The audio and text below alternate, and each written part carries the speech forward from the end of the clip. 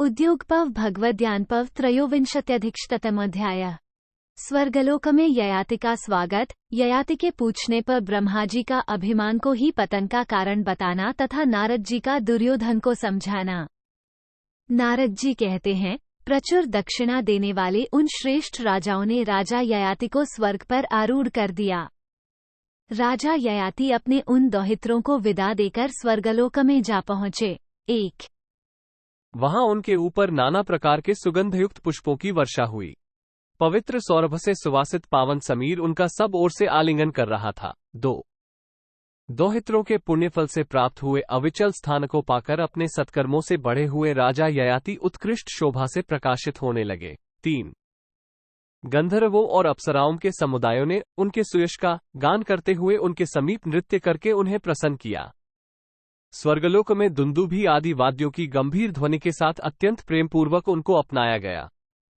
नाना प्रकार के देवर्षियों, राजर्षियों तथा चारणों ने उनका स्तवन किया।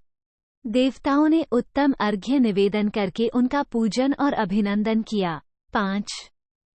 इस प्रकार ययाति ने उत्तम स्वर्गफल पाया। तदनंतर संतुष्ट एवं शांतचित्त हुए ययाति को अपने मधुर वचनों द्वारा पुनर्तः तृप्त करते हुए से पितामह ब्रह्मा जी उनसे इस प्रकार बोले। 6।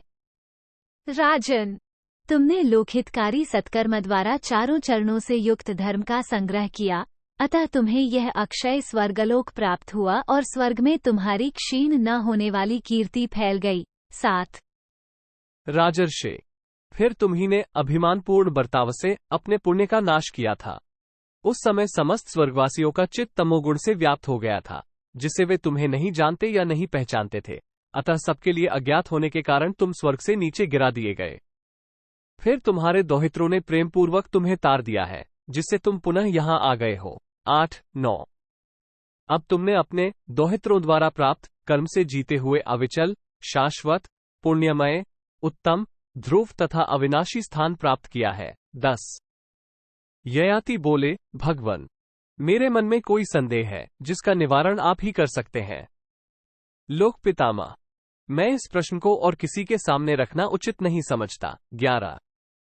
मैंने कई हजार वर्षों तक अनेकानेक यज्ञों और दानों के द्वारा जिस महान पुण्यफल का उपार्जन किया था और जिसे प्रजापालन रूपी धर्म के द्वारा उत्तरोत्तर बढ़ाया था, वो सब थोड़े ही समय में नष्ट कैसे हो गया, जिससे मैं यहाँ से नीचे गिरा दिया गया। भगवन महाद्युते, मुझे मेरे सत्कर्मों द्वारा जो सनातन लोक प्राप्त हुए थे, उन्हें आप जानते हैं। मेरा वह सारा पुण्य सहसा नष्ट कैसे हो गया। 12, 13। ब्रह्मा जी बोले, राजेंद्र, तुमने कई हजार वर्षों तक अनेकानेक यज्ञों और दानों के द्वारा जिस पुण्यफल का उपार्जन किया और प्रजापालन रूपी धर्म के द्वारा जिसे उत्तरोत्तर बढ़ाया, वो सब इस अभिमान रूपी दोष के कारण ही नष्ट हो गया था, जिससे तुम नीचे गिराए गए। तुम्हारे अभिमान के ही कारण स्वर्गलोक के निवासियों ने तुम्हें धिक्कार दिया था। 14, 15। राजर्षे, ये पुण्यलोक न अभिमान से, न बल से, न हिंसा से, न शठता से और न भांति भांति की मायाओं से ही सुस्थिर होता है। 16। राजन, तुम्हें ऊंचे, नीचे एवं मध्यम वर्ग के लोगों का कभी अपमान नहीं करना चाहिए। जो लोग अभिमान की आग में जल रहे हैं, उनके उस संताप को शांत करने का कहीं कोई उपाय नहीं है। 17। जो मनुष्य तुम्हारे स्वर्ग से गिरने और पुनः आरूढ़ होने के इस वृतांत को आपस में कहें, सुनेंगे, वे संकट में पड़ने पर भी उससे पार हो जाएंगे, इसमें संशय नहीं है। नारद जी कहते हैं, राजन, इस प्रकार पूर्वकाल में राजा ययाति अपने अभिमान के कारण संकट में पड़ गए थे और अत्यंत आग्रह एवं हठ के कारण महर्षि गाल्व को भी महान क्लेश सहन करना पड़ा था। 19। अतः तुम्हें तुम्हारे हित की इच्छा रखने वाले सुहृदों की बात अवश्य सुननी और माननी चाहिए। दुराग्रह कभी नहीं करना चाहिए, क्योंकि वह विनाश के पथ पर ले जाने वाला है। 20।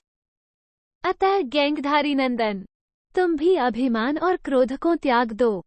वीर नरेश, तुम पांडवों से संधि कर लो और क्रोध के आवेश को सदा के लिए छोड़ दो।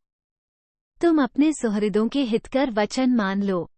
असत्य आचरण को ना अपनाओ, अन्यथा शक्तिशाली पांडवों के साथ युद्ध ठानकर तुम बड़े भारी संकट में पड़ जाओगे।